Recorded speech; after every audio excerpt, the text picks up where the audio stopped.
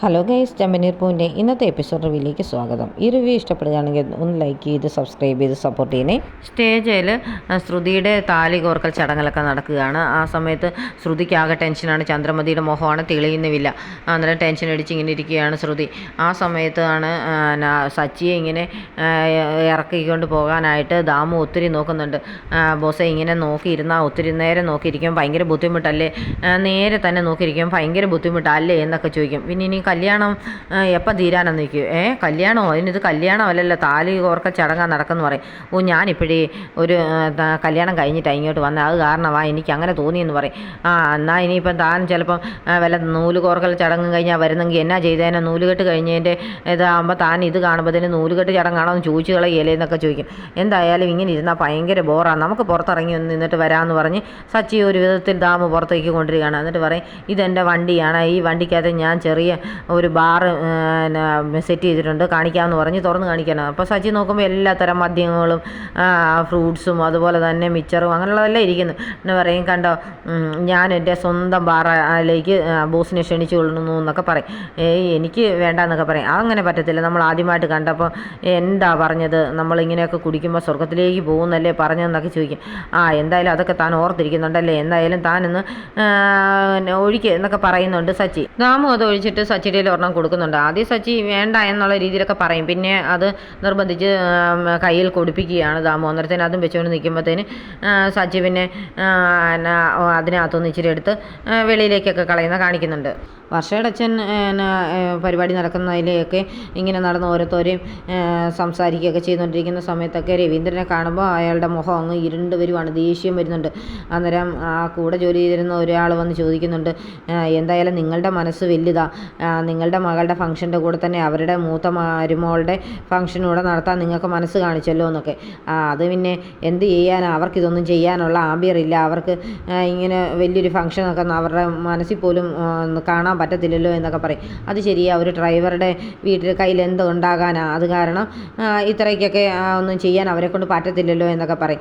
എന്തായാലും നമ്മൾ ഒരു സദ്യയൊക്കെ നടത്തുകയാണെങ്കിൽ ബാലൻസ് വരുന്നത് പിച്ചക്കാർക്കോ അല്ലെങ്കിൽ ദാരിദ്ര്യ പിടിച്ചവർക്കൊക്കെ കൊടുക്കാറില്ലേ, അതുപോലെ അങ്ങ് എഴുതിയാൽ മതി എന്നൊക്കെ പറഞ്ഞ് രവീന്ദ്രനെ ഒരുപാട് മാനസികമായി അയാൾ തളർത്തുന്നുണ്ട്. അപ്പോൾ രവീന്ദ്രൻ അവരങ്ങോട്ട് പോയി കഴിയുമ്പോൾ എഴുന്നേറ്റ് അങ്ങ് മാറി നിന്ന് കണ്ണൊക്കെ തുടയ്ക്കുന്നുണ്ട്. അപ്പോൾ അശോകൻ പറയും, ഇങ്ങനെ നിന്നെ അപമാനിക്കുന്ന കേട്ടിട്ട് എനിക്ക് ഭയങ്കര ബുദ്ധിമുട്ടാണ്, നമുക്ക് ചെന്ന് അയാളോട് ചോദിക്കാമെന്ന്. വേണ്ട, അത് പ്രശ്നമാകും, സച്ചി എങ്ങാനും കേട്ടാൽ അയാളെ വലിച്ചു കീറി മുറ്റത്തെറിയും, അത്രയ്ക്ക് ഉള്ള പ്രശ്നം ഉണ്ടാകും, അതുകൊണ്ട് നമ്മളായിട്ടൊന്നും അറിഞ്ഞില്ല കേട്ടില്ല എന്ന് വെച്ചാൽ മതി എന്ന് പറഞ്ഞ് രവീന്ദ്രന് അശോകനെ അങ്ങ് ആശ്വസിപ്പിക്കുകയാണ്. രേവതി ശ്രുതിക്ക് മഞ്ഞളൊക്കെ തേച്ച് കൊടുക്കുകയും പൂടുകയൊക്കെ ചെയ്യുന്നുണ്ട്.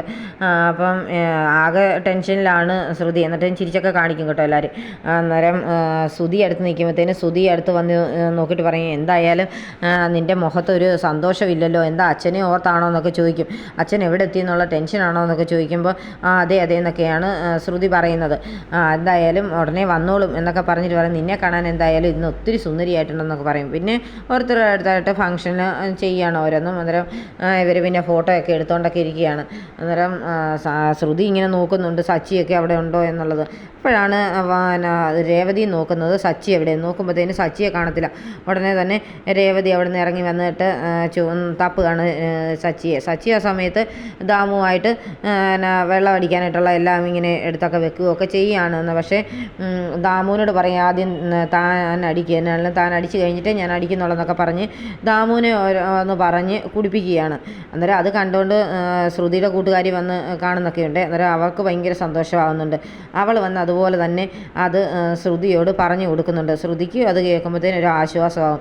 അപ്പോൾ രേവതി വന്ന് സച്ചിയെ കാണാഞ്ഞിട്ട് രവീന്ദ്രനോട് ചോദിക്കും എവിടെയാണെന്നൊക്കെ. അപ്പം കണ്ടായിരുന്നോ എന്നൊക്കെ ചോദിക്കുമ്പോൾ ഇല്ല, വല്ലയിടത്തും വല്ല ഓട്ടം പോയതാണോ ഇനി എന്നൊക്കെ ചോദിക്കും.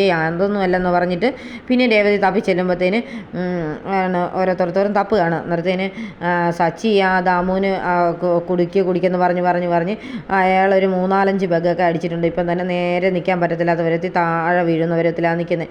ആ സമയത്താണ് രേവതി അങ്ങോട്ട് വരുന്നത്. രേവതി നോക്കുമ്പോഴത്തേന് സച്ചിയുടെ കയ്യിൽ കുപ്പിയും ഗ്ലാസ്സും ഒക്കെ കാണും. അത് കാണുമ്പോഴത്തേന് ആകെ ടെൻഷനാകുകയാണ് രേവതിക്ക്. കുടിച്ചോ എന്നുള്ളൊരു ടെൻഷനാണ്. അന്നേരം സച്ചി ഇങ്ങനെ ഓരോന്നൊക്കെ പറഞ്ഞിട്ട് പറയും, ഇത്ര കുടിച്ചതല്ലേ, എന്തായാലും ഇതുകൂടെ കുടിക്കണമെന്നൊക്കെ പറയും. ഞാൻ ഇത്ര ഒന്നും കുടിക്കുകയില്ല, ഇപ്പം തന്നെ ഞാൻ 4-5 പെഗ് അടിച്ചില്ലേ, ബോസ് അടിച്ചില്ലല്ലോ എന്ന് പറയും.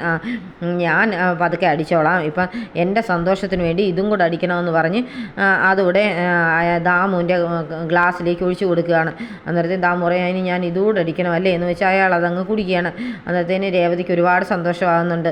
സച്ചി വെള്ളമൊന്നും അടിച്ചിട്ടില്ലല്ലോ. ഇങ്ങനെ സന്തോഷിച്ച് നിൽക്കുന്ന രേവതിയെ കാണിച്ചുകൊണ്ടാണ് ഇന്നത്തെ എപ്പിസോഡ് അവസാനിക്കുന്നത്.